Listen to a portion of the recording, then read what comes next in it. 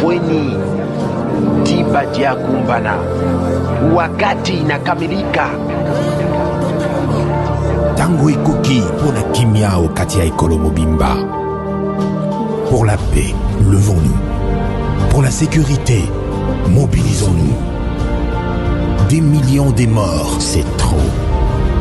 Plus de 20 ans d'incertitude, c'en est trop. Trop, c'est trop. Hommes, femmes et enfants périllent et périssent encore et encore. Ce matin, une attaque en Ituri a fait 57 Des morts. milliers de kilomètres de rivières ruissellent des larmes et des sangs de nos compatriotes meurtris sur le sol de nos ancêtres, aujourd'hui souillés. Trop c'est trop, il est temps. C'est pourquoi, prenant la mesure de la situation, j'ai décidé de proclamer l'état de siège sur toute l'étendue des provinces de l'Ituri et du Nord Kivu. Tangu ifweni tiba dia kumbana, wakati inakamilika. Tango et Koki pour la Kimia au Katia Ekolo Mobimba.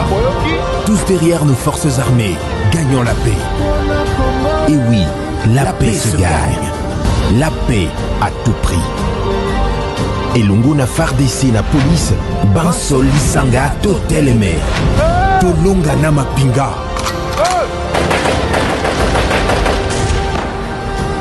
Bendele Koyate.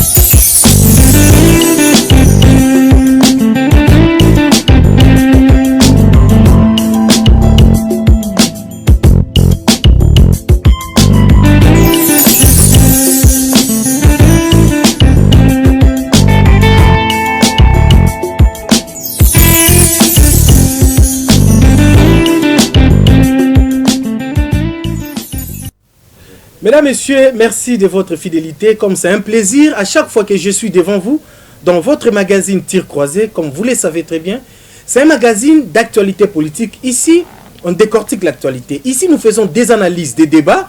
C'est très important pour vous parce que vous devez savoir tout ce qui se passe dans votre pays, la République démocratique du Congo. Tir Croisé, nous sommes là. Premier sujet d'actualité que nous allons essayer d'aborder dans ces magazine d'aujourd'hui, nous allons commencer avec la situation à l'est de la République démocratique du Congo. Le mandat de la MONUSCO a été renouvelé pour une année encore de plus, mais la population de cette partie n'est pas totalement d'accord avec le travail de la MONUSCO. Et cette fois-ci, la MONUSCO va changer la stratégie pour apaiser la population et pour mettre fin aussi au massacre qui se passe dans cette partie, au Nord Kivu et au Sud Kivu. Nous allons observer, nous allons suivre à la loupe le travail de la MONUSCO encore cette fois-ci. Et toujours à l'est de la République, vous le savez très bien aussi que l'armée ougandaise et l'armée congolaise sont maintenant ensemble pour traquer les rebelles. Déjà, félicitations avec les tirs que les deux forces ont déjà commencé. Et il y a déjà des résultats avec les traques des rebelles. Nous félicitons déjà, mais nous voulons attendre la fin, comme on dit. La fin justifie les moyens. Donc, l'accord là, ce n'est pas du tout mauvais, mais ça doit être bien suivi à la loupe, comme le président avait même rappelé. La durée sera déterminée pour que nous puissions vivre le résultat palpable. Mesdames, Messieurs, nous allons pour notre deuxième sujet concernant les élections. La CENI sera bientôt complet, le bureau de la CENI sera bientôt complet, parce que l'Assemblée nationale va entériner les PV de l'opposition. Est-ce la question que se posent tant d'autres personnes? Est-ce ces PV-là, ces gens-là qui vont venir des partis de l'opposition sont mandatés réellement? Il n'y aura pas de couacs. Même le FCC, les gens qui seront là, est-ce qu'ils sont réellement mandatés par les partis concernés? Voilà la question qu'il faut se poser même dans cette émission. Nous allons chuter avec le voyage du président de la République, Félix Tshisekedi, après le voyage vraiment de l'extérieur de la RDC, voilà, il a commencé maintenant avec des provinces.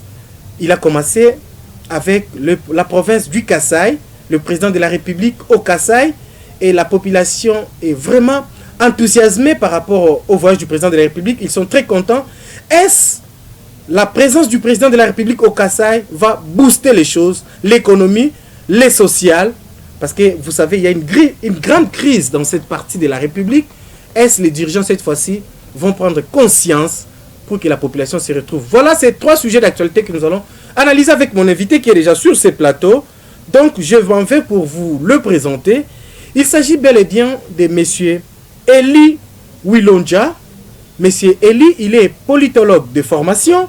Il est aussi analyste politique et un grand membre d'une structure dénommée Silence Coupable. Monsieur Eli. Merci beaucoup, Fils Kazadi. Ça a toujours été un plaisir de partager avec vous le plateau. Et surtout quand on est sur ce plateau tir croisé, un cadre qui nous aide à élucider les faits, un cadre qui nous aide à analyser les faits et les phénomènes politiques dans la neutralité axiologique. Je voulais aussi préciser que non seulement je suis membre de l'ONG Silence Coupable, mais je suis aussi cofondateur du Centre d'études et d'analyse politique. Nous sommes un collectif de politologues réunis dans une structure Centre d'études et d'analyse politique. Nous analysons les faits, nous donnons les observations. Vous savez, il faut mettre la science au service de notre nation.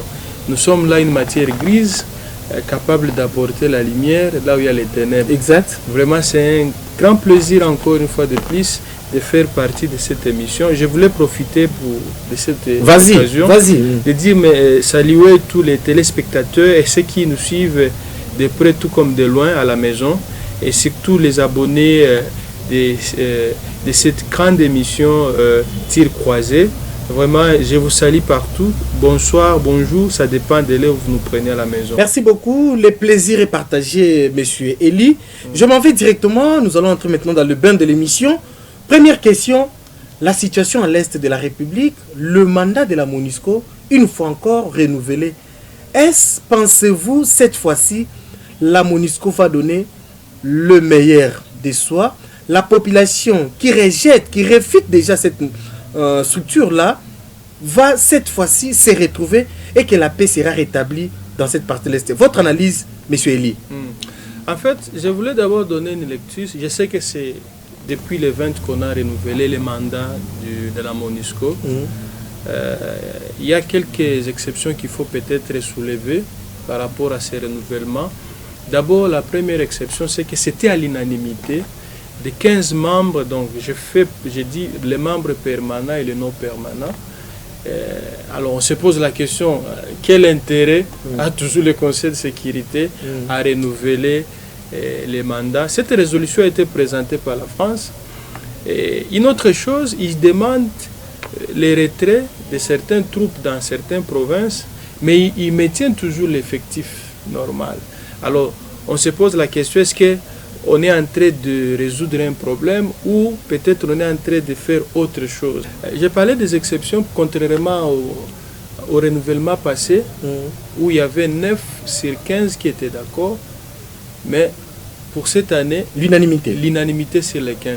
Alors, pourquoi? La question est de se poser pourquoi seulement tous étaient unanimes. Quel intérêt a le Conseil de sécurité alors que nous savons que notre pays est déjà engagé avec l'Ouganda dans les tracts des ADF. Et c'est qu'on oublie souvent que c'est maintenant 20 ans que la MONUSCO est là. Il y a ce qui était encore trop. Je me souviens, j'étais encore à l'école secondaire quand la MONUSCO avait commencé chez nous. Avec Monique. Avec Monique. J'ai fait même les sciences politiques. J'avais parlé sur la MONUSCO. Parce que dans mon travail de fin de cycle, j'avais parlé sur l'impact de la guerre, sur une gestion quotidienne d'une cité. Et j'avais fait parler de la MONUSCO à l'époque. Et dans mon travail de licence, j'avais parlé aussi de la MONUSCO. Et tous les jours, il y a toujours des renouvellements. Mais des renouvellements en renouvellement, est-ce que ça profite à qui? Certains pensent que c'est le multinational qui en bénéficie, le membre permanent du Conseil de sécurité, et non la population congolaise. Non, la MONUSCO a déjà prouvé ses limites et ce n'est pas aujourd'hui qu'on peut les constater. Et je ne crois pas qu'avec ces renouvellements, la situation à l'Est va changer. Toutes choses restant égales par ailleurs, on n'espère rien et on ne peut rien espérer. Et parmi les points que je venais de soulever, c'est l'intérêt derrière le renouvellement chaque jour de la mission des Nations Unies. Quel intérêt? Quel intérêt?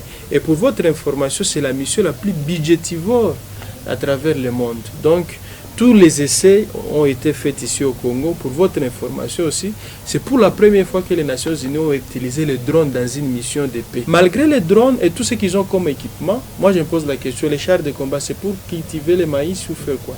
C'est juste pour mettre hors d'état de nuit tous ces assaillants, tous ceux qui tirent et violent la population.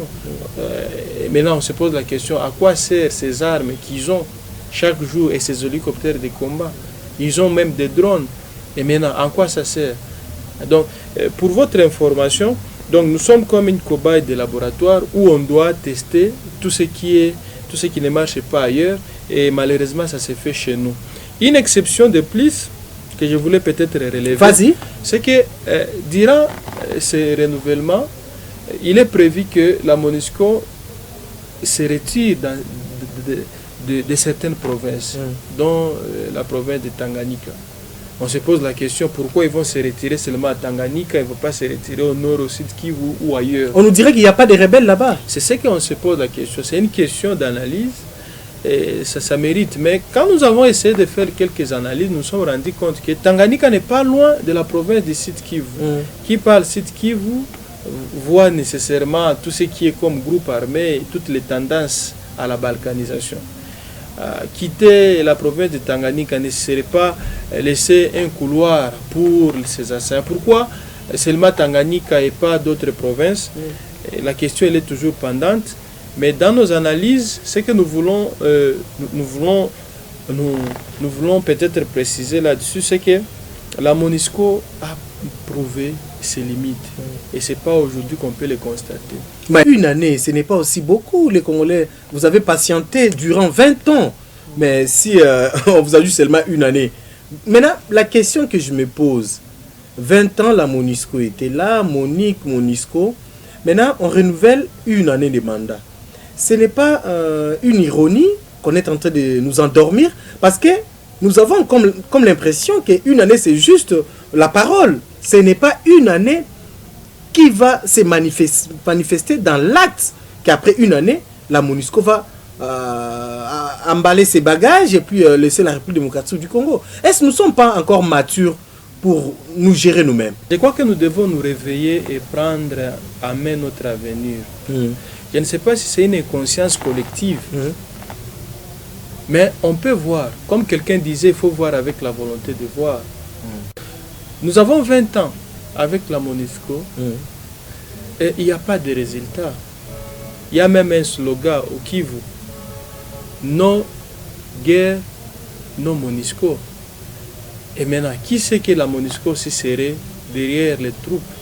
Et selon les témoignages que nous récoltons des fois sur le terrain. Est-ce que la MONUSCO, excusez-moi de vous couper un peu, la MONUSCO ne ferait pas aussi le business? Dans pas mal de rapports, cela a été signalé. Souvenez-vous de ces chars de combat qui s'étaient renversés. On s'est rendu compte qu'à l'intérieur, il y avait des munitions. Des minerais? Des munitions? Des munitions. Il y avait des minerais. Avec les témoignages de la population que la MONUSCO serait des mèches avec les assaillants. Et d'autres vont loin pour dire que sans MONUSCO, je me souviens en 2006, on disait non Kunda, no job. Donc on devrait toujours entretenir Laurent Kunda M23 pour que la MONUSCO trouve une raison de rester chez nous. Je crois que ce temps est révolu, nous devons nous prendre en charge, nous devons nous réveiller, nous devons prendre l'avenir de ces pays en charge. Et c'est ce que nous appelons toujours, chaque jour, que nous devons nous réveiller et dire non à la MONUSCO. Je crois que M. Félix, le président, notre président, son Excellence, devrait prendre le courage de mettre fin au mandat de la MONUSCO ici. Parce que c'est un danger permanent chez nous. On ne sait pas ce qui peut se passer demain. Et s'il y a des troubles, il serait là juste pour favoriser soit la balkanisation ou autre chose. N'oublie pas que nous sommes derrière ceux qui veulent toujours avoir le Congo. Et ils veulent toujours avoir plus au Congo. Donc, si nous avons une bonne mémoire, comme disait à l'époque de l'indépendance, avant l'indépendance, égale après l'indépendance. Donc, cette phrase-là d'un ancien officier belge, et ce n'est pas ce que nous vivons aujourd'hui avec l'économie. Parce que c'est comme si nous sommes toujours enfermés et c'est les Occidentaux qui continuent à imposer notre mode de vie, comment gérer notre économie. Parce que la MONUSCO, pour mettre fin à ces sujets-là de la MONUSCO va prendre encore une année en République démocratique du Congo. Pendant qu'il avait déjà 20 ans. Est-ce une année là, M. Elie, pensez-vous qu'il y aura quand même un soulagement? Et quelle serait votre proposition pour apaiser un peu ceux qui nous suivent, surtout la population du Nord Kivu et du Sud Kivu? Voici ma proposition. Je crois que c'est une année de plus pour la MONUSCO ici au Congo. La MONUSCO devrait se rendre utile. Se rendre utile pour la République démocratique du Congo. Il n'est jamais trop tard pour faire de bonnes choses. Et se rendre utile, c'est accompagner les FARDC, réellement. Se rendre utile, c'est accompagner les efforts consentis entre la République démocratique du Congo et l'Ouganda. Appuyer les FARDC et l'Ouganda sur le terrain. C'est ça, se rendre utile. Et avec ça, je crois que peut-être la population garderait un bon souvenir. Comme on le dit toujours, la MONUSCO a toujours été un échec. Et on ne peut pas... Elle peut se rattraper. Elle peut se rattraper. Elle peut se rattraper. Tout est encore faisable. Avec les efforts et la nouvelle donne des FARDC, avec les souhaits de notre président, elle peut se rattraper. La MONUSCO peut se rattraper et soutenir les efforts entre l'armée congolaise et l'armée ougandaise et bouter une fois pour toutes l'ennemi dehors nos frontières. Voilà, c'est très bien dit. Comme M. Elie a proposé, la MONUSCO, vous avez encore le temps pour se rattraper. Une année, c'est beaucoup. Dans une année, on peut faire beaucoup, on peut faire mieux. Donc, si vous voulez que la population congolaise garde quand même un bon souvenir, que la population congolaise oublie tout ce qui s'était passé, alors il est encore temps pour vous, la MONUSCO, de changer votre façon de faire les choses, d'accompagner les FARDC pour booster et mettre fin à la guerre qu'on nous a imposée dans cette partie de la République. Donc c'est bien dit, nous allons entamer directement notre... toujours dans ce chapitre, nous allons parler cette fois-ci de l'accord entre l'armée ougandaise et les FARDC. Il y a des avancées, nous encourageons et nous félicitons les FARDC de continuer toujours à traquer les rebelles, c'est très important. Mais nous allons poser une question à M. Elie par rapport à cet accord. M. Elie, beaucoup ils pensent que c'était une erreur que le gouvernement puisse accepter que la RDC signe un accord des militaires de la défense entre l'Ouganda et la RDC, parce que certains gardent encore un mauvais souvenir de l'époque que l'Ouganda était à l'époque impliqué aussi des massacres à cette partie de la République, à l'est de la République. Voici mon analyse. Je ne suis pas un historien chargé de la vengeance du peuple. Je suis un politologue. J'analyse les faits politiques. La politique, elle est dynamique, elle change toujours. Souvenez-vous de la guerre des 100 ans entre la France et l'Angleterre. Mais aujourd'hui, la France et l'Angleterre entretiennent de bonnes relations. La politique change et elle est dynamique. Si vous entrez dans l'histoire du monde, vous allez vous rendre compte. Moi, je suis pour les accords entre la RDC et l'Ouganda afin de bouter dehors l'ennemi qui a envahi notre sol. Pour votre information, le pouvoir de Kinshasa, depuis 1997, a été parrainé par quelques pays. Et si vous pouvez même comprendre, après l'investiture de notre président de la République, il avait l'obligation de passer dans tous ces pays qui avaient parrainé. Les pays amis. Les pays amis. En 1997, on avait le Rwanda, le Burundi et l'Ouganda. Il y avait l'Angola et le Zimbabwe. Les 9 pays, le président avait fait même un tour. Il avait fait un tour. Nous avons des amis, nous avons des alliés, et ce sont nos voisins. Quand ça brûle chez les voisins, tu ne dois pas se terrer. On est censé coopérer. Nous sommes obligés de coopérer. Et quand il s'agit d'un mal qui ronge l'intérieur ou la vie de ton voisin, ça doit aussi te préoccuper. Et s'ils sont venus pour donner les services à notre pays, je vous avais parlé l'autre fois que notre État actuellement, il est incapable de revendiquer le monopole de la contrainte physique sur l'ensemble de ces pays. On est État, c'est quand on a la coercion, le monopole de décider sur la vie et sur la mort des citoyens qui se trouvent sur un territoire donné. Mais notre État, il est incapable aujourd'hui de décider sur la mort des ADF. Et nous avons compris, sans pour autant qu'on le dise, que l'état de siège a montré ses limites. On a senti avec l'avènement de l'armée ougandaise qu'il y a un changement qui est entré. Et aujourd'hui, la plupart des pays commencent à fustiger pourquoi ça. Mais nous sommes en train de voir les réalités sur le terrain. Donc c'est normal que l'armée ougandaise, ou c'est normal que le président de la République fasse des accords pour que les pays puissent avancer. Voilà. Comme a dit Eli, c'est normal que le pays puisse faire des accords. Il n'est pas interdit, mais que ces accords-là puissent, que les peuples en bénéficient, ça sera encore une bonne chose. Voilà, nous allons prendre notre deuxième sujet, mesdames, messieurs. Cette fois-ci, nous allons parler élection. 2023, c'est devant nous, c'est déjà à la porte.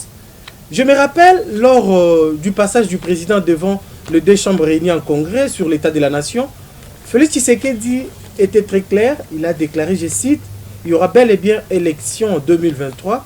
La constitution sera respectée. » Donc, le train est déjà en marche. Nous tous, nous devons entrer dans le train pour qu'il y ait élection en 2023. Mais déjà, laissez-moi vous signaler que l'Assemblée nationale va déjà entériner les PV de l'opposition.